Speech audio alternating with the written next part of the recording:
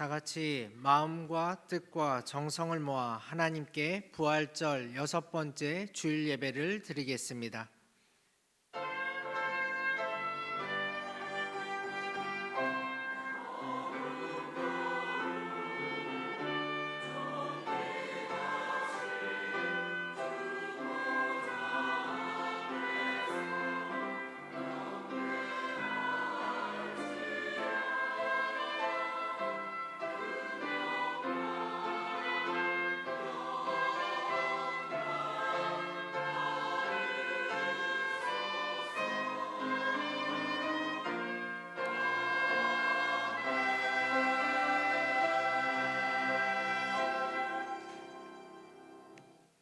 전능하신 여호와 하나님께서 말씀하사 해 돋는 데서부터 지는 데까지 세상을 부르셨도다. 이르시되 나의 성도들을 내 앞에 모으라. 그들은 제사로 나와 언약한 이들이니라 하신도다.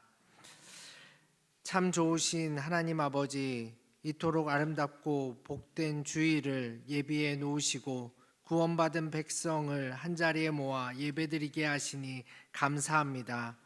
산과 들의 푸름이 더해가는 계절에 우리의 삶에도 신앙의 아름다움이 더욱 아름답게 물들어가게 하옵소서. 주님, 상한 마음을 위로하여 주시고 지치고 힘든 영혼들이 주님 안에서 참된 평안과 안식을 누리게 하여 주옵소서. 예수 그리스도의 이름으로 기원하옵나이다. 아멘. 다 같이 자리에서 일어나셔서 찬송가 36장 찬양하시겠습니다.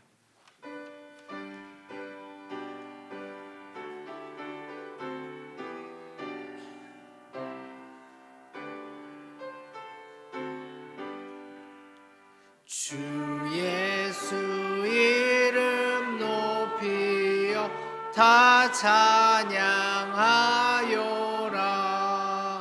금멸류관을 들여서 만유의 주 찬양. 금멸류관을 들여서 만유의 주 찬양. 주 예수 당한 고난을 못 잊을 죄인아, 내 귀한 몸에 바쳐서 만유의 주 찬양. 내 귀한 몸에 바쳐서 만유의 주 찬양. 이 지구 위에 거하는 온 세상 사람들, 그 크신 위엄 높여서 만유의 주 찬양. 그 크신 위엄 높여서 만유의 주 찬양. 믿는 성도 다 함께 주 앞에 엎드려 무궁한 노래 불러서 만유의 주 찬양. 무궁한 노래 불러서 만유의 주 찬양. 아멘.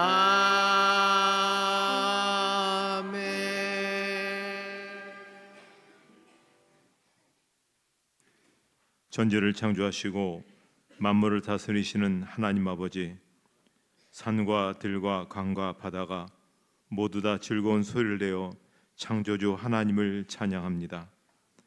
하지만 오직 인간만은 교만해서 자신이 세상의 주인 줄 알고 착각하고 살아가고 있습니다. 함부로 자연을 파괴하고 동물을 학대하며 심지어 생명까지도 가벼이 여겨 세상 도처에 살인이 일어나고 있습니다. 하나님께서 남녀의 아름다움을 구별하여 놓으셨으나 마음대로 창조 질서를 어지럽게 하며 하나님의 이름을 욕되게 하고 있습니다. 하나님, 우리의 잘못된 모습들 두렵고 떨리는 마음으로 회개하오니 우리의 패역함들을 용서하여 주시옵소서. 이제는 하나님과 우리만이 아는 죄들을 계속해서 생각하며 고백하겠습니다.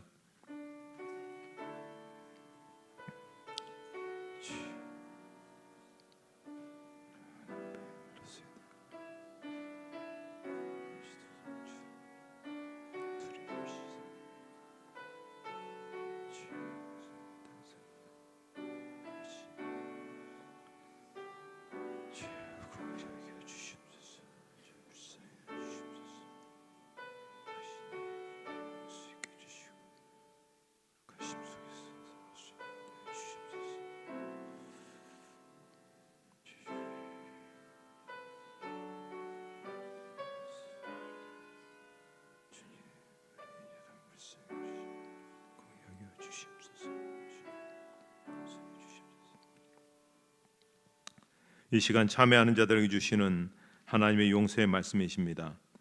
내가 넘치는 진노로 내 얼굴을 내게서 잠시 가렸으나 영원한 자비로 너를 긍휼히 여기리라. 내 구속자 여호와께서 말씀하셨느니라. 아멘. 사도신경으로 우리의 신앙을 고백하겠습니다. 나는 전능하신 아버지 하나님 천지의 창조주를 믿습니다. 나는 그의 유일하신 아들 우리 주 예수 그리스도를 믿습니다. 그는 성령으로 잉태되어 동정녀 마리아에게서 나시고 본디오 빌라도에게 고난을 받아 십자가에 못 박혀 죽으시고 장사된 지 사흘 만에 죽은 자 가운데서 다시 살아나셨으며 하늘에 오르시어 전능하신 아버지 하나님 우편에 앉아 계시다가 거기로부터 살아있는 자와 죽은 자를 심판하러 오십니다. 나는 성령을 믿으며 거룩한 공교회와 성도의 교제와 죄를 용서받는 것과 몸의 부활과 영생을 믿습니다. 아멘. 찬송가 3장 찬양하시겠습니다.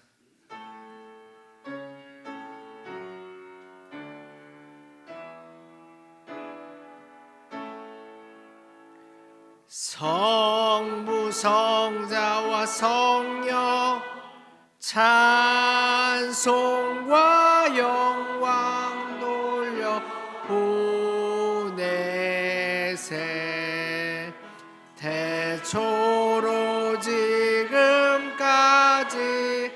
또 영원 무궁토록 성삼위께 영광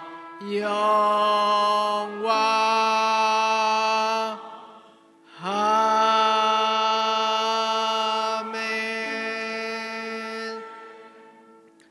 자리에 앉으신 후 교독문 97번 청년주일 말씀을 교독하시겠습니다.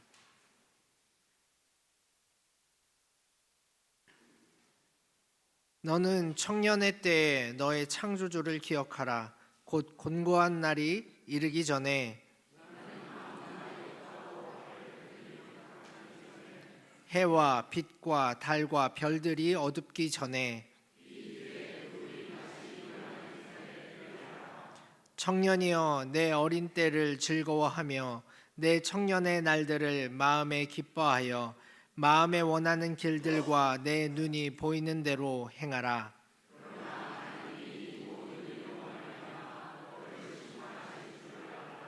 여호와를 경외하는 것이 지식의 근본이거늘 청년이 무엇으로 그의 행실을 깨끗하게 하리이까? 또한 너는 청년의 정욕을 피하고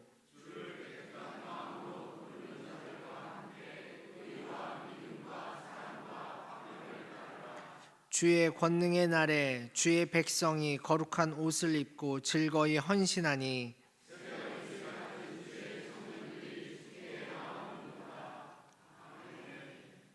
김명호 장로님께서 기도 인도해 주시겠습니다.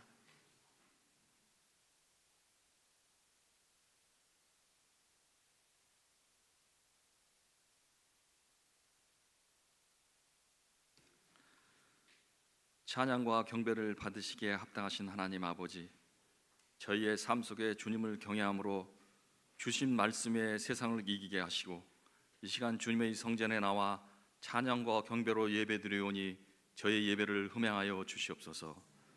주님이 내려주신 은총과 사랑 속에 실록이 점점 짙어가는 이 계절에 저희들이 믿음도 더욱 짙어지고 푸른 모습이 되게 하여 주시옵소서. 저희들의 의지와 생각이 주님 앞에 하나로 묶여져 더욱 믿음이 성장하고 그 믿음이 죽는 믿음도 살려내는 생명력 넘치는 믿음이 되게 인도하여 주시옵소서.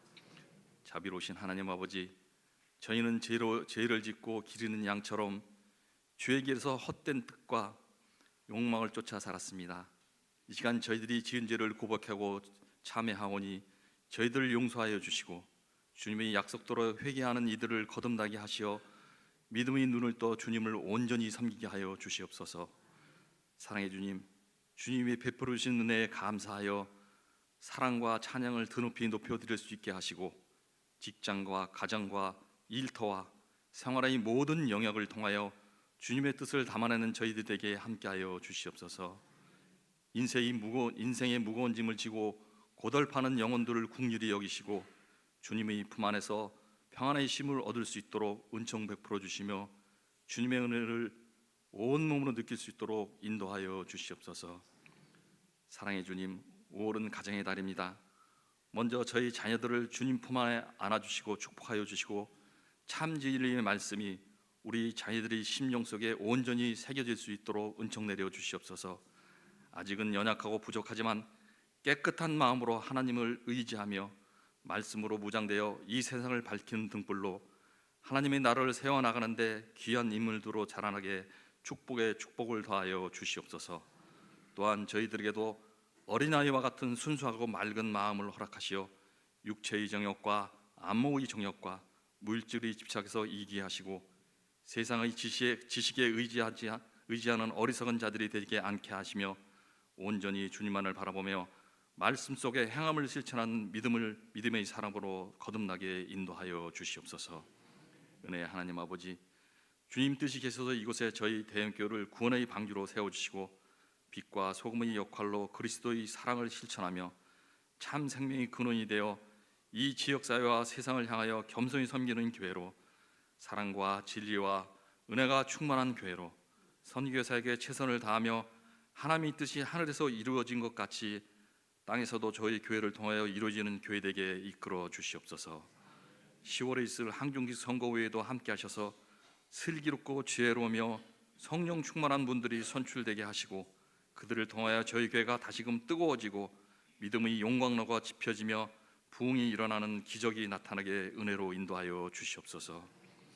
지금까지 이 나라 이민족을 지켜주신 주님, 얼마 남지 않은 6월 3일 있을 대통령 선거회에도 함께 하셔서 진보와 보수로 나눠져 있는 이 나라가 하나로 통합되고 국민들과 소통하며 진심으로 이 나라를 사랑하는 후보자가 대통령이 되게 역사하여 주시고 선거에 참여하는 모든 이들이 현명한 선택을 할 수 있도록 지혜로 인도하여 주시옵소서. 오늘도 예배를 위하여 묵묵히 순종의 믿음을 실천하는 이들에게 주님의 은총을 베풀어 주시고 할렐루야 찬양대의 찬양을 기뻐 받으시고 은혜 내려 주시옵소서. 이 시간 담임 목사님이 선포하시는 생명의 말씀을 통하여 주님의 은혜와 사랑이 가득하고 성만 충만케 하셔서 저희들이 삶이 합당한 삶으로 살아가게 인도하여 주시옵소서. 우리를 죄에서 구원해 주신 예수 그리스도 받들어 기도드리옵나이다. 아멘.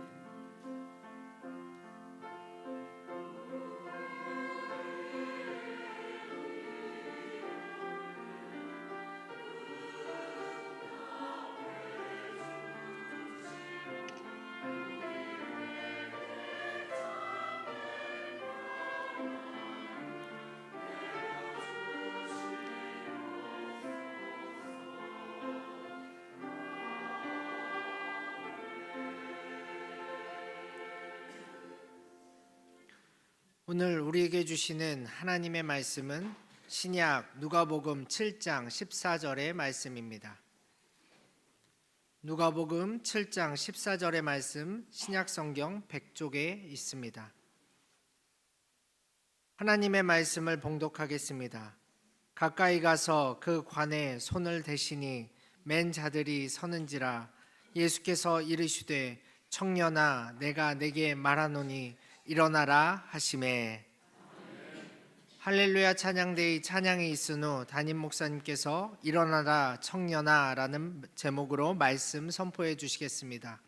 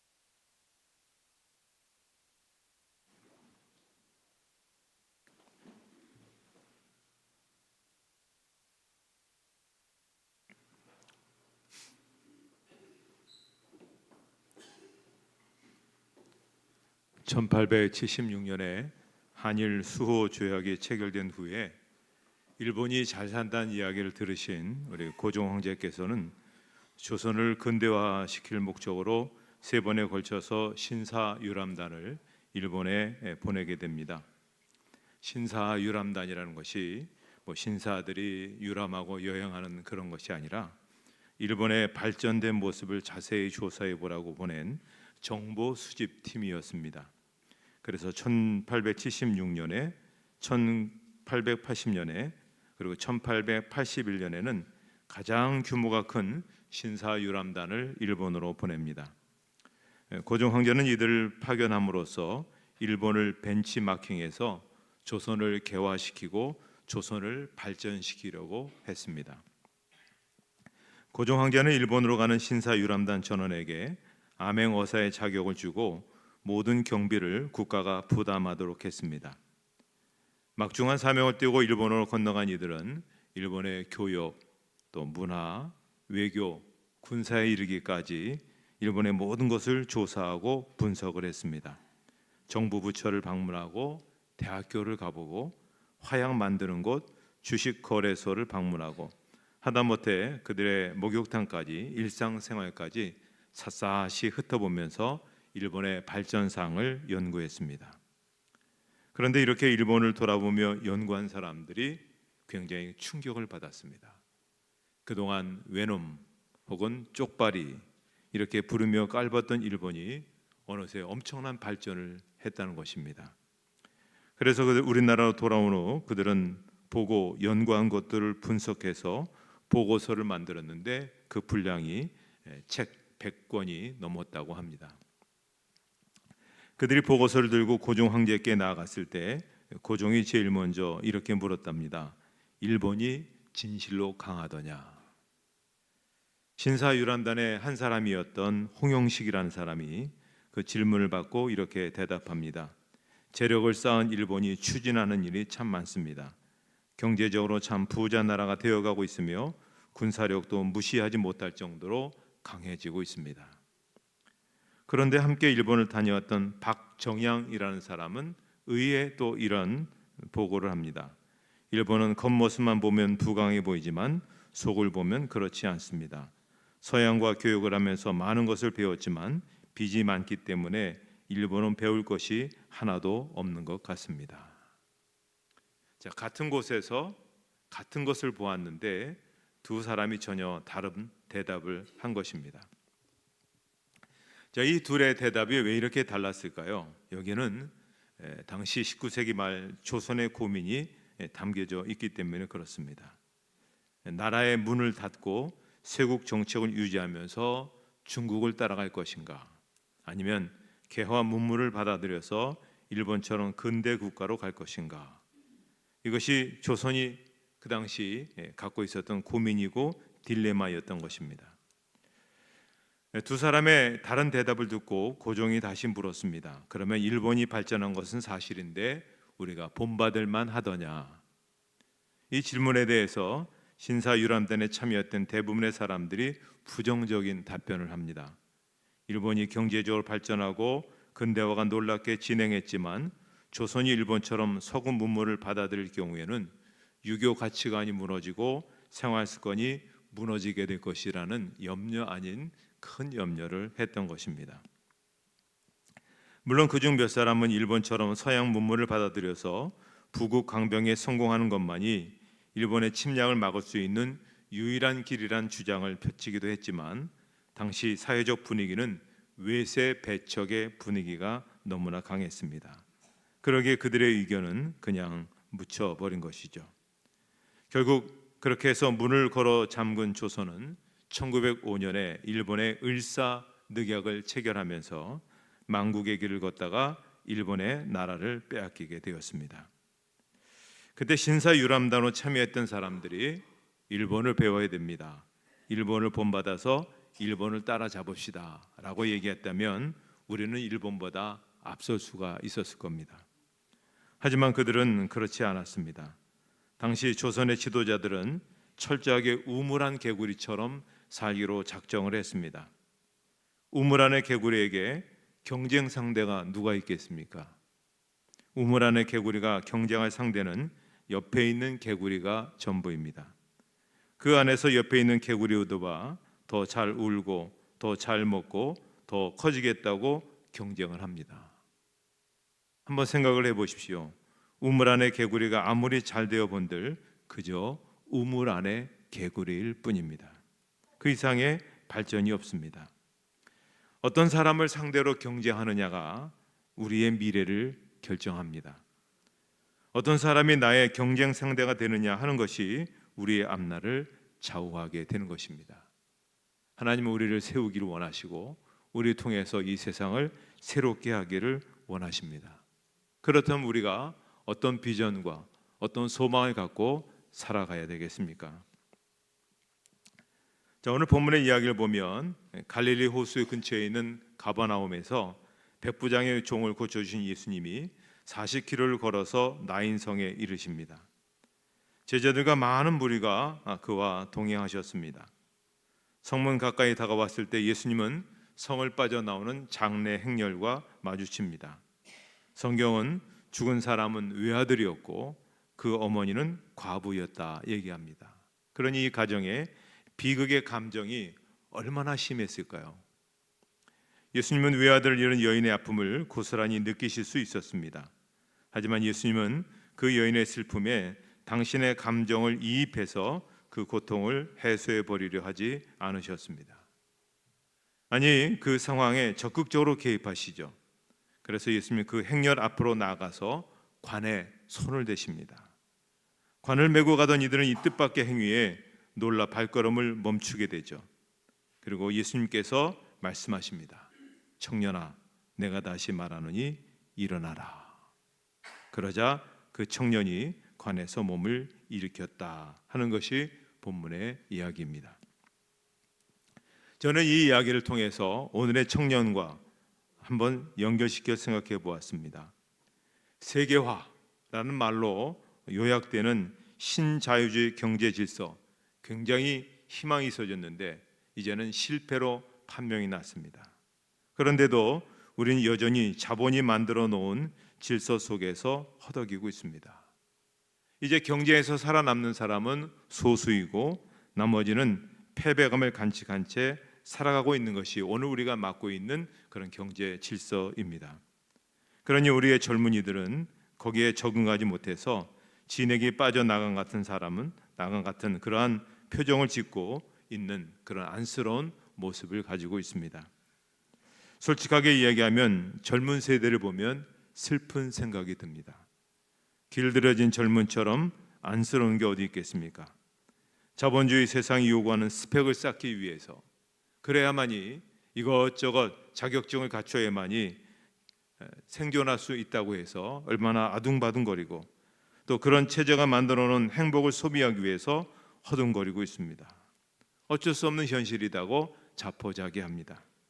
연애, 결혼, 출산, 양육, 비용이 많이 드는 쳇바퀴를 돌리기 위해서 체제에 순응하면서 살아갈 수밖에 없는 겁니다.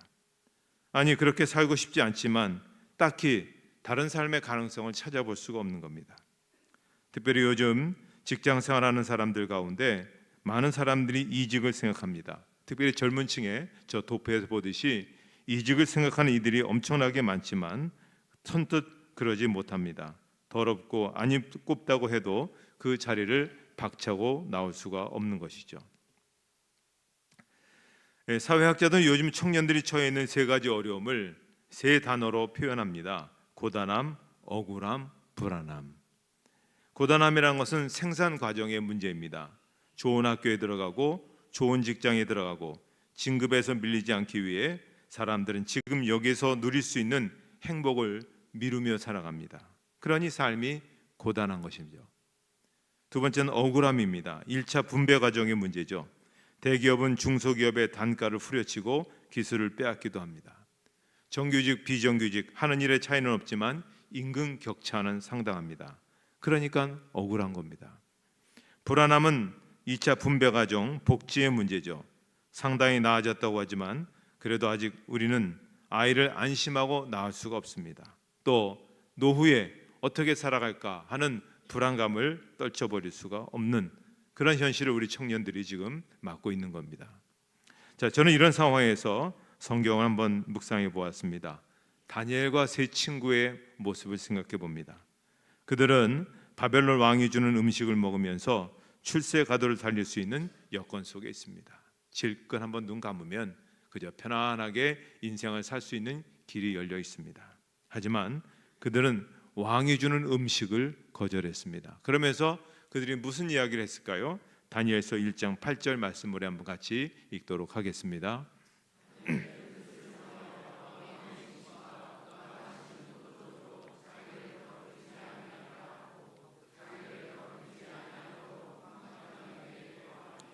자, 이들에 대해서 뭐라고 표현? 뜻을 정한 젊은이들이었다 이렇게 얘기합니다.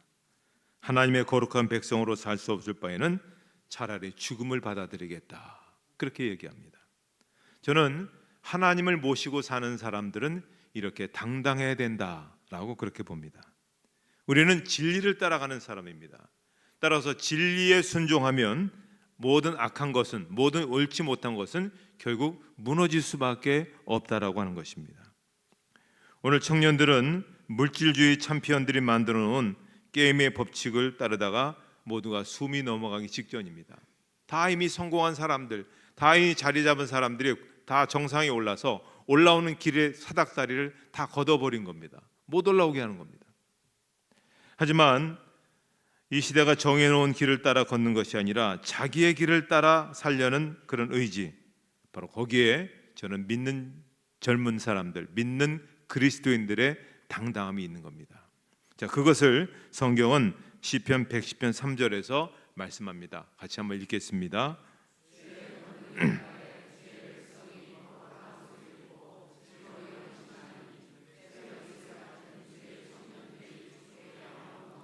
새벽 이슬 같은 청년들이 그 믿음의 그 순수성을 갖고 나가야 되는 것이죠.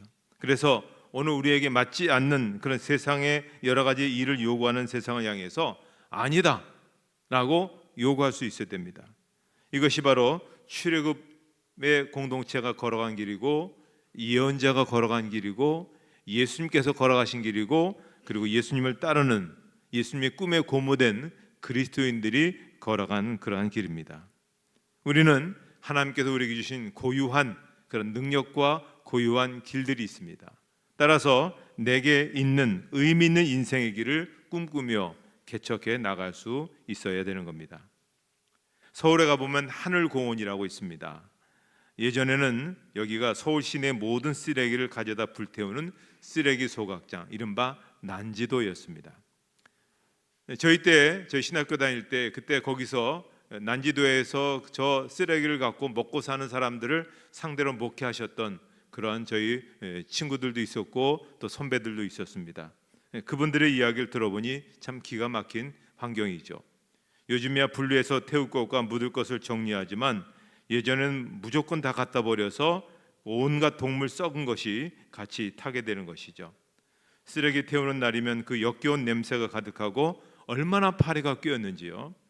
분무기로 안 되어서 농약 치는 통을 어깨에 짊어지고 다니면 뿌리고 그래서 쓸어 담으면 1리터 대박으로 파리 사체가 3대박이나 그렇게 된다고 한 겁니다. 그런 곳이 지금은 생태계 보고로 변했습니다. 쓰레기 장이었고 더럽고 냄새를 풍기는 곳이지만 가꾼 지 몇 년 안 되어서 난지도는 동식물의 천국이 되었습니다. 식물이 276종, 곤충이 119종류, 야생조류가 20종, 파충류가 5종이 거기에 지금 살고 있다고 합니다. 더불어 희귀한 황조롱이, 말똥가리, 오색 딱따구리, 맹꽁이, 두꺼비, 족제비, 고슴도치, 고라니 등이 거기에 발견되었다고 합니다. 죽은 난지도였습니다. 그런데 생태 환경의 천국이 되었고, 이렇게 된 것은 잘 가꾸었기 때문에 그렇습니다. 잘 가꾸면 죽은 것도 살아납니다. 죽은 것이 아니라 가꾸지 않으면 죽은 것처럼 보이는 것이죠. 청년들도 가꾸지 않으면 죽은 듯이 보이지만 예수의 정신으로, 예수의 얼로, 그리고 예수의 영으로 가꾸어 주기만 하면 얼마든지 이 세상에서 희귀한 존재로, 탁월한 존재로 그렇게 살아갈 수가 있습니다.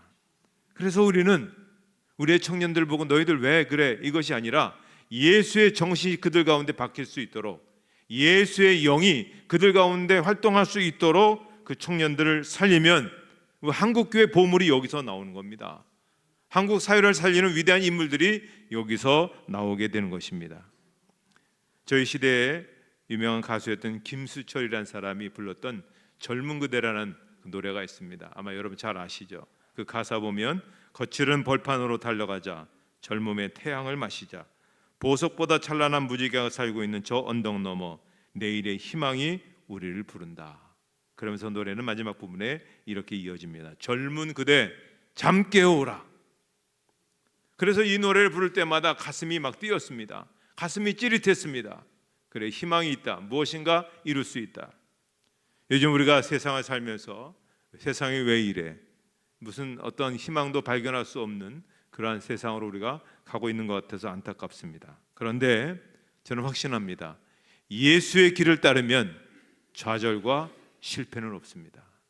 예수의 정신으로, 예수님의 마음으로 살게 되면 길고 어두웠던 영혼의 어두운 밤, 그리고 역사의 어두운 밤을 얼마든지 물러가게 주는 것입니다. 이것이 청년 정신입니다. 우리 청년들뿐만 아니라 청년 정신으로 무장한 오늘 우리가 그렇게 이러한 소망을 갖고 우리 주변을 바꾸고 세상을 바꾸어 나가는 꿈과 비전을 갖고 나갈 때 하나님의 영이, 하나님의 능력이 우리 가운데 함께 해주실 것입니다. 그러한 일에 우리 대형교회와 여러분의 가정과 자녀들 쓰임받기를 주님의 이름으로 축복합니다. 하나님 아버지 감사합니다. 오늘 이 땅에 귀한 청년들을 세워주시고 또 소망하며 꿈꾸며 나갈 수 있도록 은혜 주심을 감사합니다. 우리 교회 청년들이 이 땅에 소망이 되는 청년들이 되게 하시고 이 어둠을 밝히는 그런 귀한 등불 같은 인물들이 되게 하여 주시옵소서. 또한 청년 정신을 갖고 있는 우리 교회 많은 그러한 젊은 성도들, 청년 정신을 갖고 있는 많은 그런 성도들로 말미암아 오늘도 우리 주변에 많은 변화를 일으키고 또 더 아름답게 세상을 만들어가는 귀한 역사들이 있게 하시고 또 많은 영혼들을 생명의 길로 이끄는 복된 삶이 일어나게 하여 주시옵소서. 예수님의 이름으로 기도하옵나이다. 아멘.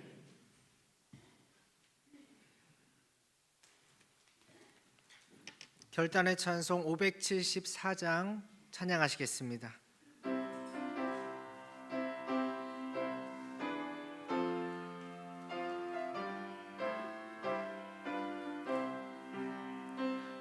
가슴마다 파도 친다 우리들의 젊은이 눈동자의 어리운다 우리들의 푸른 꿈 주의 말씀 주의 행함 길과 진리 되시니 우리 평생 한결같이 주만 따라 살리라 하늘같이 높으르자 우리들의 젊은이 바다같이 넓고 깊자 우리들의 사랑이 우리들은 주의 자녀 부름받은 한 형제 몸과 마음 다 바쳐서 주 뜻대로 살리라 화산같이 타오르자 우리들의 젊은이 폭포같이 줄기 찾아 우리들의 붉은빛 할례 많은 이 나라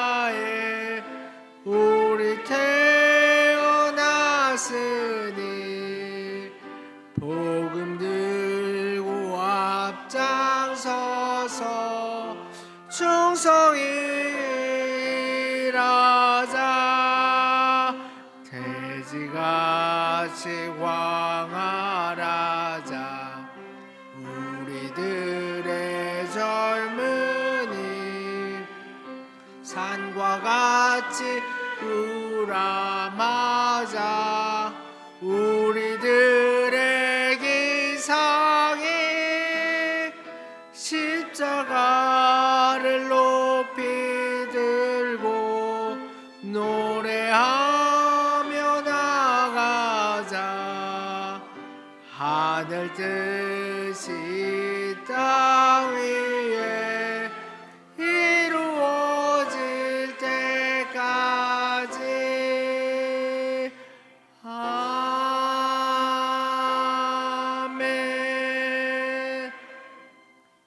찬송 51장 1절을 찬송하며 봉헌하시겠습니다.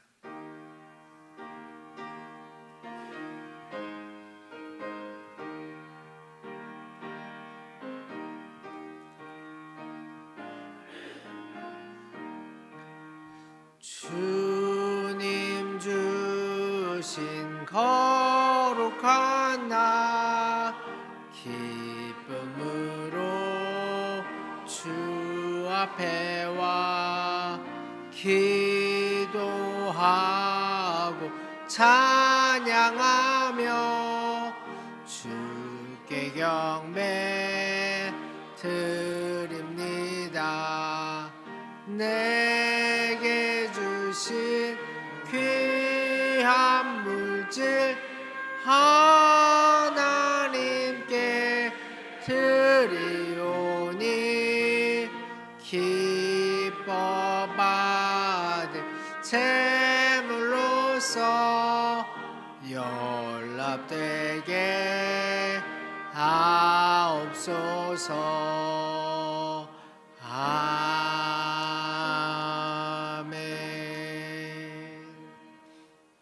존귀하신 하나님 아버지, 저희를 창조하시고 구원하시며 인도하시는 하나님께 찬양과 경배를 올려드립니다. 오늘도 그 하나님의 놀라운 역사에 감사하여 믿음으로 귀한 예물을 하나님 앞에 봉헌합니다. 11조 감사 주정 선교 건축 장학 사랑의 살로 하나님 앞에 바칩니다. 이 시간 저희가 드리는 이 헌금은 단순한 물질이 아니라 저희의 중심, 저희의 믿음, 저희의 삶 전체를 드리는 고백입니다.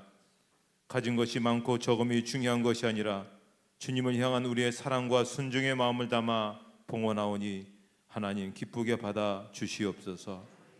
또한 예물을 바친 이들을 하나님 굽어 살펴 주셔서 그들의 생업에, 그들의 인생에 복에 복을 더해 주시옵소서. 형통하게 하여 주시옵소서.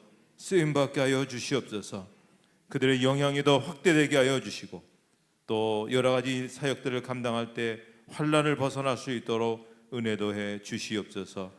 주님, 이 헌금이 주의 몸된 대형교회를 세워가게 하시고 도움이 필요한 우리 이웃들에게 사랑의 손길로 전달되게 하시고 복음이 온 세상에 널리 전파되는 데 귀한 씨앗으로 쓰여지게 해 주시옵소서. 예수님의 이름으로 봉헌기도 드리옵나이다. 아멘.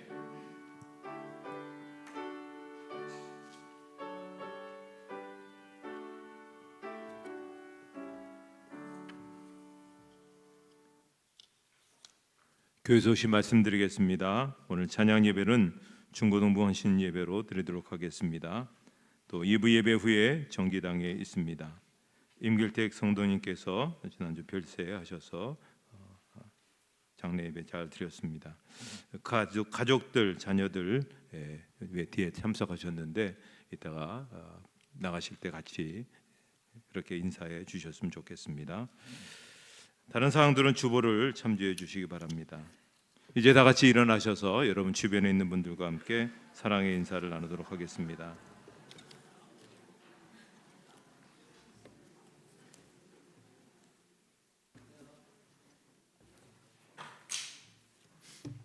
(635장) 부르시고 축도로 예배를 마치도록 하겠습니다.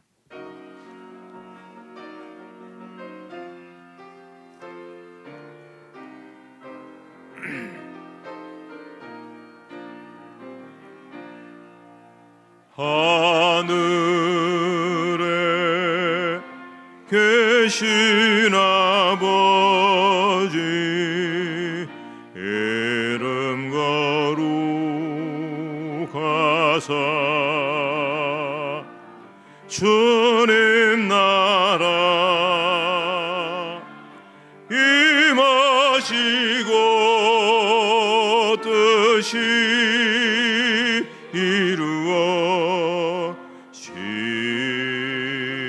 이루어지이다. 일용할 양식 주시고 우리들의 큰 죄 다 용서하옵시고 또 시험에 들게 마시고 악에서 구원하소서. 대개 주의 나라 주의 권세 주의 영광 영원히